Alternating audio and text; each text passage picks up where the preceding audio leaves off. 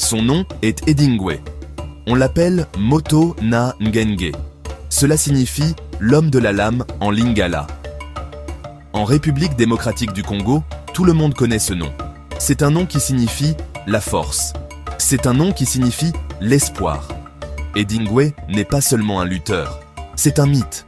C'est une histoire racontée aux enfants la nuit. C'est un murmure dans les rues de Kinshasa. Les gens disent qu'il a des pouvoirs magiques.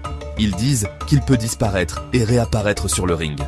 Ils disent qu'il est protégé par les ancêtres. Sa renommée est immense. Un baobab géant au cœur de la nation. Ses racines profondément ancrées dans le sol de l'identité congolaise. Il est né il y a longtemps.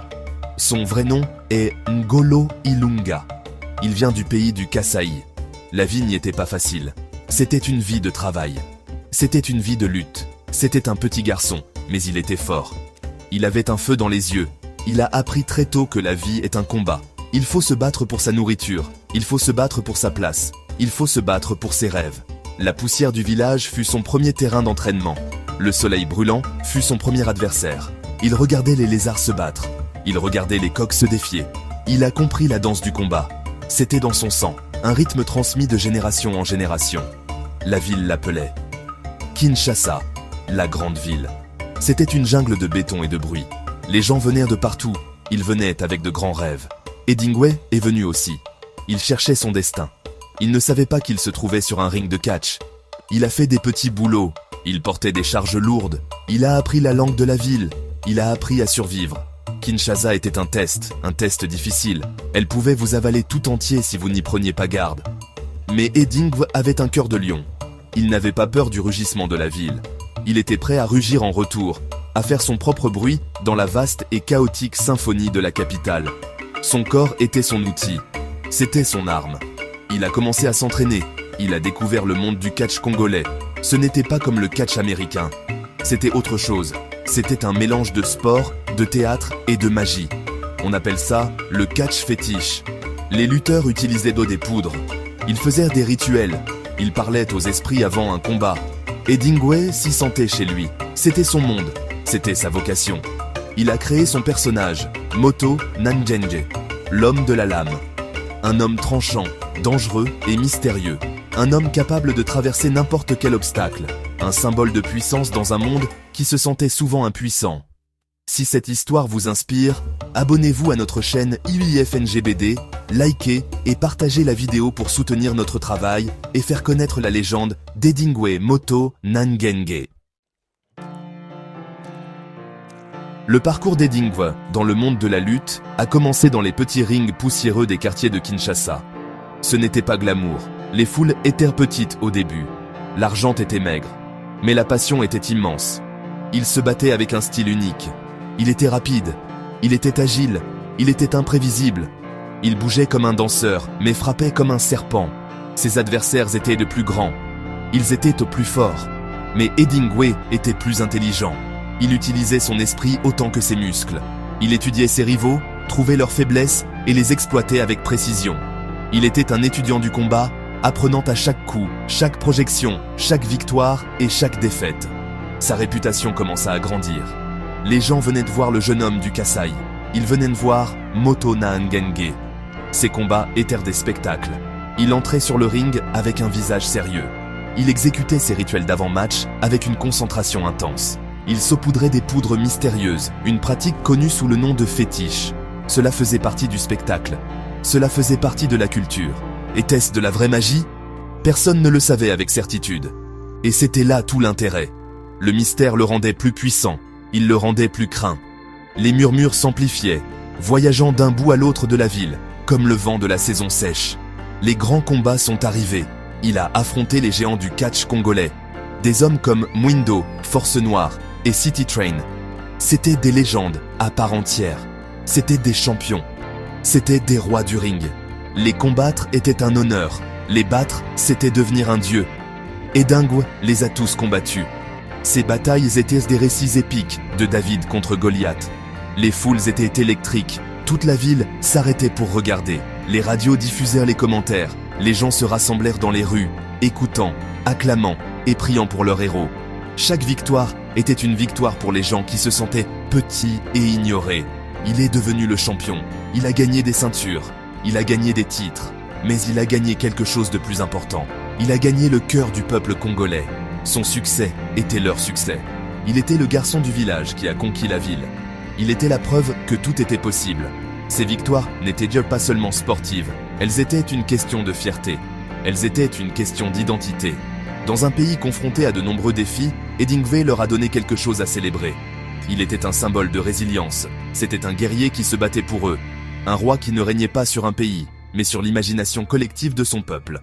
Si cette histoire vous a inspiré, abonnez-vous à notre chaîne IUFNGBD. Likez et partagez la vidéo pour soutenir notre travail et faire découvrir l'épopée d'Edingwe à encore plus de monde. Edingwe était plus qu'un simple lutteur. Il est devenu une voix pour les sans-voix. Il comprenait les difficultés du peuple. Il venait de la pauvreté. Il connaissait la faim. Il connaissait l'injustice. Quand il parlait, les gens écoutaient. Il parlait en lingala, la langue de la rue. Il utilisait des mots simples. Il parlait de courage. Il parlait de persévérance. Il disait aux jeunes de croire en eux. N'attendez pas que quelqu'un vous aide.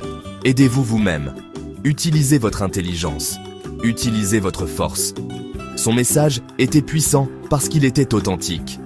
Il venait de sa propre histoire de vie, une histoire qu'il connaissait et admirait tous. Il a fait face à de nombreux défis en dehors du ring. Le monde de la lutte était plein de politique. Il y avait des rivaux jaloux. Il y avait des promoteurs corrompus. Parfois, il n'était pas payé. Parfois, il était menacé. Mais Edingwe était un homme intelligent. Il savait comment naviguer dans ces eaux dangereuses. Il a construit une équipe de fidèles autour de lui. Il est devenu son propre patron. Il a compris que son pouvoir ne venait pas des promoteurs, mais des gens dans les gradins. Tant que le peuple l'aimait, il était intouchable. Il était leur champion, et ils étaient son bouclier contre la laideur du monde. Son style était une source d'inspiration. Il mêlait tradition et modernité. Son utilisation du fétiche le reliait aux racines ancestrales du Congo. C'était une célébration de la spiritualité africaine dans un monde qu'il a rejeté souvent. Mais il était aussi un athlète moderne. Il était discipliné, il s'entraînait dur, il comprenait le marketing et le spectacle. Il a montré aux jeunes que l'on pouvait être fier de son héritage, tout en réussissant dans le monde moderne. Il n'était pas nécessaire de choisir. On pouvait être les deux. On pouvait être africain et être une star mondiale. Il était un pont entre le passé et le futur. Cette connexion avec le peuple a fait de lui un héros. Quand Edingwe se battait, on avait l'impression que tout le pays était sur le ring avec lui. Ses victoires étaient des moments d'unité nationale. Des gens de différentes tribus, de différentes régions et de différents partis politiques célébraient tous ensemble. Pendant quelques heures, toutes les divisions disparaissaient. Il n'y avait qu'Edingwe. Il n'y avait que le Congo. Il était un unificateur. Il a donné à la nation une histoire partagée, un héros partagé. Il les a rendus fiers d'être congolais.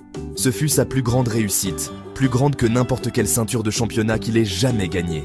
Si cette histoire vous a inspiré, abonnez-vous à notre chaîne IUFNGBD, likez et partagez la vidéo pour soutenir notre travail et faire connaître l'héritage d'Edingwe. Merci. Aujourd'hui, Edingwe Moto Nangenge est un vieil homme.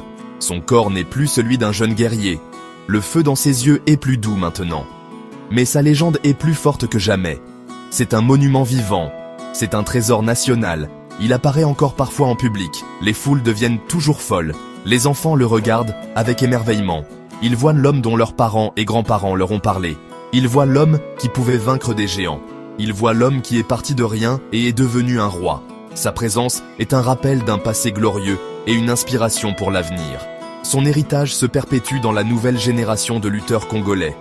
Beaucoup d'entre eux ont grandi en le regardant. Ils ont copié ses mouvements. Ils ont essayé de capturer son charisme. Il leur a tracé un chemin. Il leur a montré qu'un lutteur congolais pouvait être une superstar. La scène de la lutte en RDC lui doit tout. Il a construit la maison dans laquelle ils vivent tous maintenant. Il a établi la norme. Il est le père du catch congolais moderne. Chaque fois qu'un jeune lutteur entre sur le ring, il marche sur les traces du grand Moto Nangenge. Mais son influence va bien au-delà du ring de catch. Il a enseigné à tout un pays le pouvoir de la confiance en soi. Son histoire est une leçon de résilience. Elle vous dit que vos origines ne définissent pas votre destin. Elle vous dit que vous pouvez surmonter la pauvreté et les difficultés. Elle vous dit que vous pouvez vous battre pour vos rêves et gagner. Ce message est son véritable héritage. C'est un cadeau qu'il a fait à son peuple. C'est une source de force pour des millions de jeunes Congolais qui affrontent leurs propres batailles quotidiennes. Edingwe leur a montré comment être un combattant dans la vie. Ainsi, quand on parle d'Edingwe Moto Nangenge, on parle de plus qu'un homme. On parle d'un symbole. Il est l'incarnation de l'esprit congolais, fier, résilient, créatif et incassable. Il est un héros, non pas parce qu'il a gagné des combats, mais parce qu'il a donné de l'espoir à son peuple. Il leur a fait croire au miracle. Il leur a fait croire en eux-mêmes. Son nom ne sera jamais oublié. Il est écrit dans le cœur du Congo. C'est un nom qui sera chuchoté à jamais sur les rives du grand fleuve. Le nom d'un vrai roi, l'homme de la lame. Si cette histoire vous a inspiré, abonnez-vous à notre chaîne UFNGBD, likez et partagez la vidéo pour que l'héritage d'Edingwe Moto Nangenge continue de vivre. Merci de faire partie de cette aventure.